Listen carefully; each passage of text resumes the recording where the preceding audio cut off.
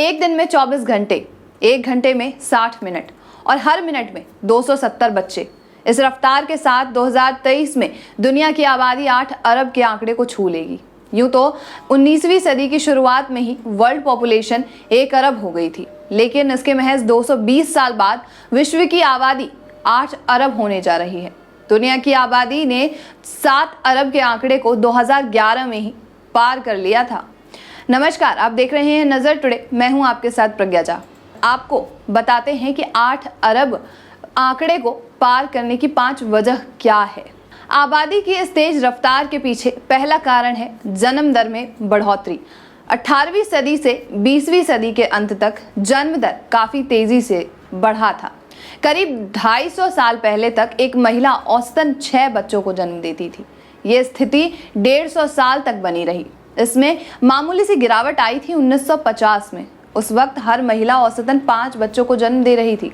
1950 के बाद से जन्म दर लगातार गिरा, लेकिन इस बीच जनसंख्या विस्फोट के हालात बनते नजर आए, खासतौर पर एशिया में, जहां चीन और भारत में आबादी बहुत तेजी से बढ़ रही थी। आज दुनिया में एक महिला औसतन 2 बच्चों को जन्म दे रही है। ऊंची जन्म दर चलते ही 19वीं सदी की शुरुआत में दुनिया की आबादी 100 करोड़ होने के बाद तेजी से बढ़ी।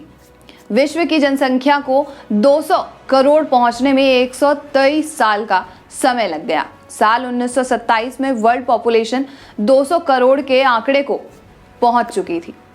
इसके बाद से 1960 में विश्व की आबादी 300 करोड़ पर पहुंच गई थी। एक बार वर्ल्ड पॉपुलेशन ने जैसे ही 300 करोड़ का आंकड़ा पार किया, उसके बाद विश्व के हर 100 करोड़ आबादी महज 2 दशकों के अंदर ही बढ़ती चली गई। दूसरा कारण, बढ़ती लाइफ एक्सपेक्टेंसी। आज से 250 साल पहले इंसान औसतन 28 साल ही जीता था, पर आज औसत उम्र बढ़कर 70 साल से भी ज्यादा हो गई है। अगर हम लाइफ एक्सपेक्टेंसी देखें तो पता चलता है कि साल 1770 में लोगों की औसत उम्र सिर्फ 28 साल ही थी, यानी अधिकतर इंसान की मौत 28 साल में ही हो जाती थी।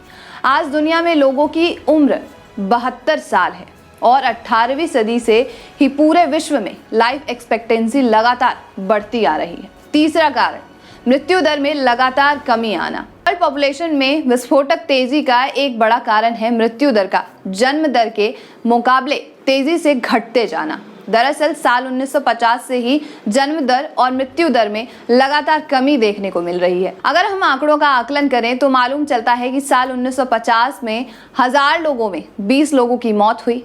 वो आंकड़ा अब साल 2020 में घटकर 8 रह गया है। हालांकि मृत्यु दर के मुकाबले जन्म दर का आंकड़ा अभी भी काफी ज्यादा है। चौथा कारण, कॉन्ट्रासेप्शन को लेकर महिलाओं में जानकारी का अभाव। पहले महिलाओं में कॉन्ट्रासेप्शन और प्रेगनेंसी रोकने के तरीके को लेकर काफी कम जानकारी होती थी, जिसके कारण ना चाहते हुए भी ज्यादा बच्चे हो जाया करते थे।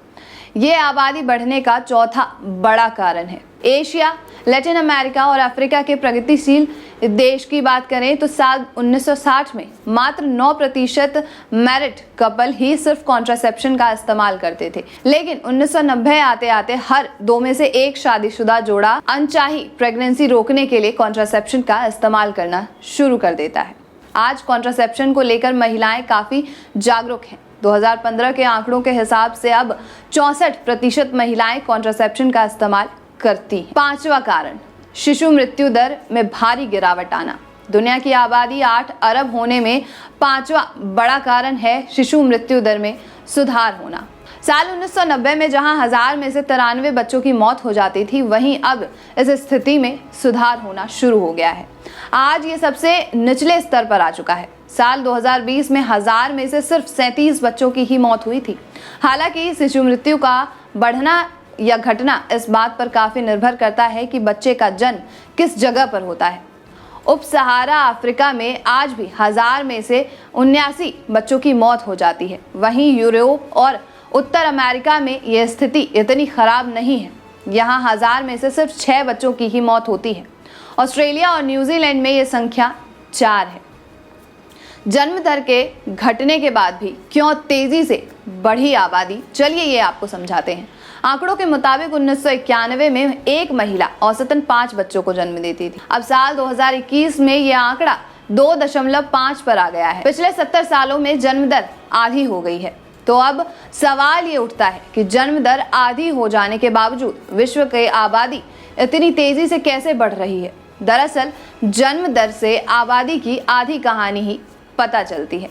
जब हम मृत्यु दर पर नजर डालते हैं तो पता चलता है कि अब हर साल 1000 लोगों में सिर्फ 6.7 लोगों की मौत हो रही है, जबकि 1000 लोगों पर हर साल करीब 18 लोगों का जन्म होता है। यानी जन्म दर का आंकड़ा मृत्यु दर से 2 गुना से ज्यादा है। आबादी में बढ़ोतरी का एक अहम कारण ये भी है, जनसंख्या के मामले में टॉप पर होगा भारत। चीन की आबादी घटकर हो जाएगी आधी, तो भारत जो है आने वाले समय में चीन को पीछे करने वाला है। पूरे विश्व में आज 1 मिनट में 270 बच्चे जन्म लेते हैं, जो साल भर में 13 करोड़ होते हैं। जल्द ही पूरे विश्व की आबादी 8 अरब होने वाली है, लेकिन ये आंकड़ा साल 2100 तक 11 अरब तक पहुंच सकता है। ऐसा माना जा रहा है कि 3 से 4 साल के भीतर ही भारत विश्व का सबसे अधिक आबादी वाला देश बन सकता है। वहीं वर्ल्ड इकोनॉमिक्स फोरम के एक रिपोर्ट में दावा किया गया है कि इस सदी के अंत तक भारत और चीन दोनों देशों की आबादी में काफी गिरावट आ सकती है। साल 2100 में भारत की आबादी 1.9 अरब होगी, चीन तीसरे स्थान पर होगा। वहीं नाइजीरिया की आबादी विश्व में दूसरे स्थान पर होगी। न्यूजीलैंड में इंसानों से ज्यादा भेड़ियों की आबादी है। ये विश्व का ऐसा अनोखा देश है जहां पर इंसानों से ज्यादा भेड़िए पाए जाते हैं।